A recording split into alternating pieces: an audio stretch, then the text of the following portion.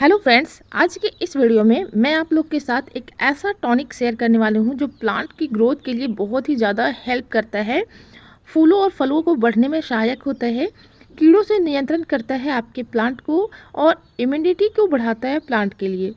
ये एक प्राकृतिक फंगिसाइड भी होता है और बिल्कुल मुफ्त का होता है। इको फ्रेंडली होने के साथ साथ पॉकेट फ्रेंडली भी होता है, जो हमारे लिए भी फ़ायदेमंद है, पौधों के लिए भी फ़ायदेमंद है। इसका इस्तेमाल आप किचन घरों की क्लीनिंग करने के लिए भी यूज़ कर सकते हैं और पानी को साफ़ करने के लिए भी इसका इस्तेमाल किया जाता है। ये है बायो एंजाइम।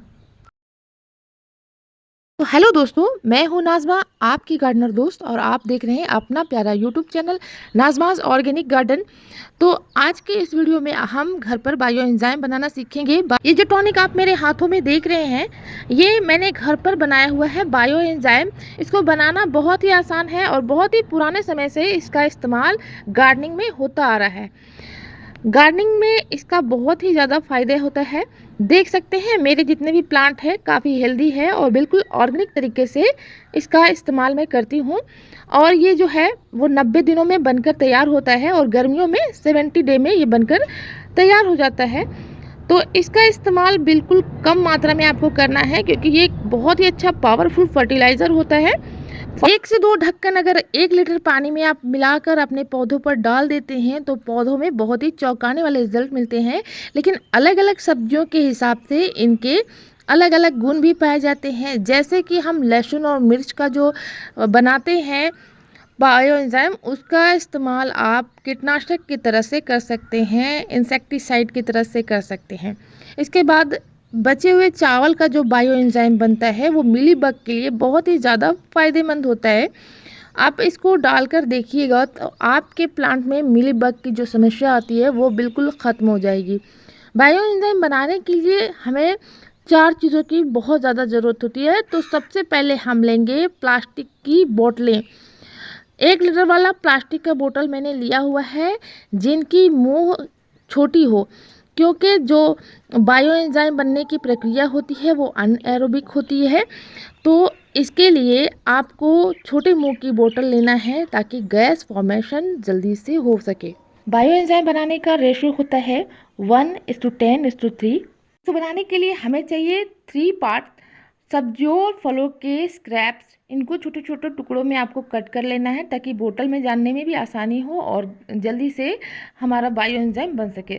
सेकेंड, आपको डालना है गुड़ 1 पार्ट और उसके बाद 10 हिस्से आपको पानी डालना है। तो अगर आप बिगनर हैं तो इस तरह से बोतल में मार्क भी कर सकते हैं। पहले हम मार्क करेंगे 1 तक, उसके बाद 1 2 3 मार्क कर लेंगे, जिनमें हम सब्जियों और फलों के छिलके को डालेंगे।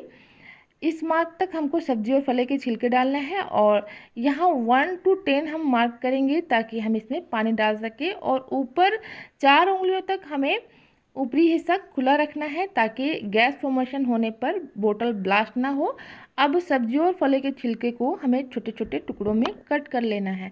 आप किसी भी तरह की सब्जियों और फलों के छिलके को ले सकते हैं और सभी सब्जियों और फलों के छिलके को एक साथ मिलाकर भी आप बना सकते हैं। लेकिन सबका जो गुण होता है वो अलग अलग होता है। जैसे कि अगर हम नींबू के छिलके का या किन्नू के छिलके का, सिट्रस फलों का बायो एंजाइम बनाते हैं तो वो हमारे पौधों को अलग अलग तरह से काम देता है। अगर हम मिलाकर इसको बनाते हैं तो शायद इसका नुकसान भी हो सकता है, इसलिए आप अलग अलग ही बनाएं तो बेहतर होता है। तो इस तरह से सभी तरह के सब्जियों और फलों के छिलकों को आपको छोटे छोटे टुकड़ों में कट कर लेना है। देखिए यहाँ पर मैं केले के कुछ छिलके हैं उनको छोटे छोटे टुकड़े में कट कर रही हूँ। और इसी तरह से मैंने यहाँ पे आलू के छिलके लिए हैं, प्याज के छिलके हैं, बीट रूट के छिलके हैं।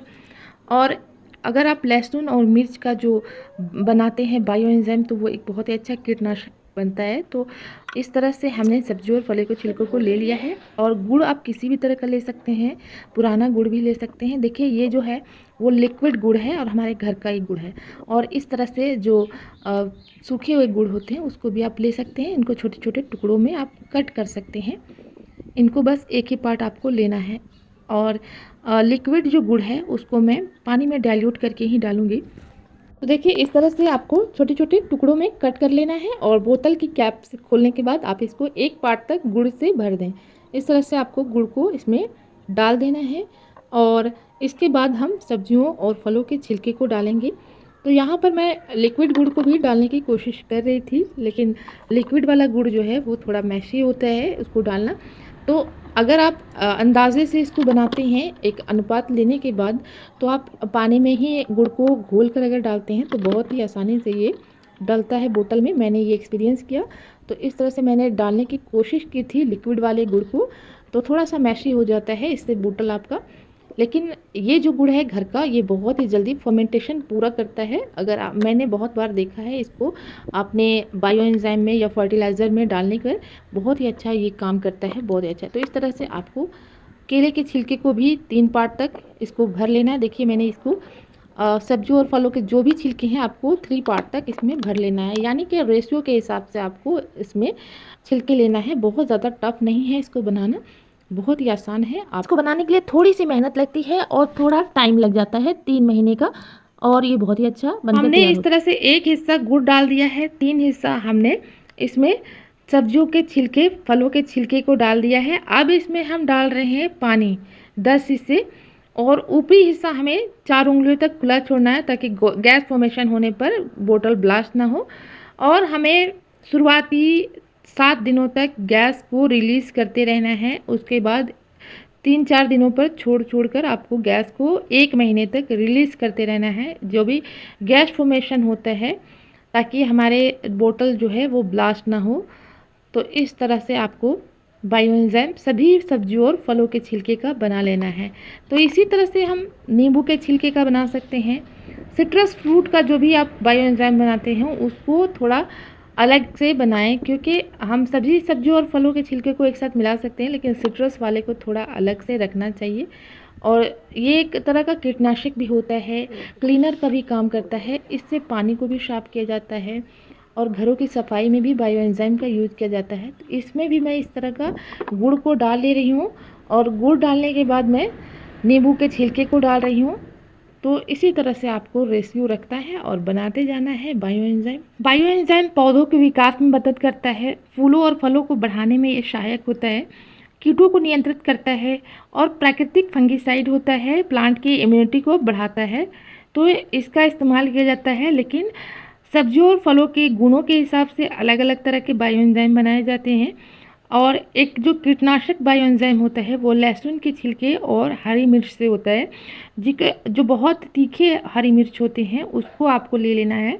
तो छोटे छोटे टुकड़ों में कट कर लेना है, और जब भी आप इसका बायो एंजाइम बनाएं मिर्ची का, तो हाथों में ग्लव्स वगैरह पहन लें, और इसको छोटे छोटे टुकड़े में कट कर लेना है इस तरह से। और इसी प्रक्रिया को दोहराना है आपको, जैसे मैंने आप पहले बायो एंजाइम बनाया है। गुड़ 1 हिस्सा, 3 हिस्सा सब्जियों के छिलके और 10 हिस्सा पानी। गुड़ में फर्मेंटेशन प्रक्रिया पूरी करने के लिए सूक्ष्म जीवों को भोजन प्रदान करने की क्षमता होती है, और इसीलिए इसका इस्तेमाल किया जाता है। बेसन, गुड़ और छाछ फर्मेंटेशन के लिए बहुत ही अच्छा माना जाता है, और ऑर्गेनिक गार्डनिंग में हम इसका इस्तेमाल करते हैं।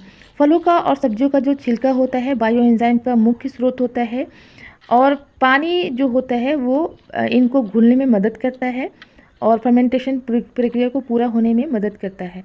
इन सभी मटेरियल को मिलाने के बाद आपको अच्छे से बोतल को हिला लेना है, और आप कोशिश करें बहुत ज़्यादा कस कर इनके बोतल की कैप को ना लगाएं, थोड़ा सा ढीला ही छोड़ें ताकि गैस रिलीज़ होती रहे, हल्के हल्के गैस इनमें से रिलीज़ होती रहे।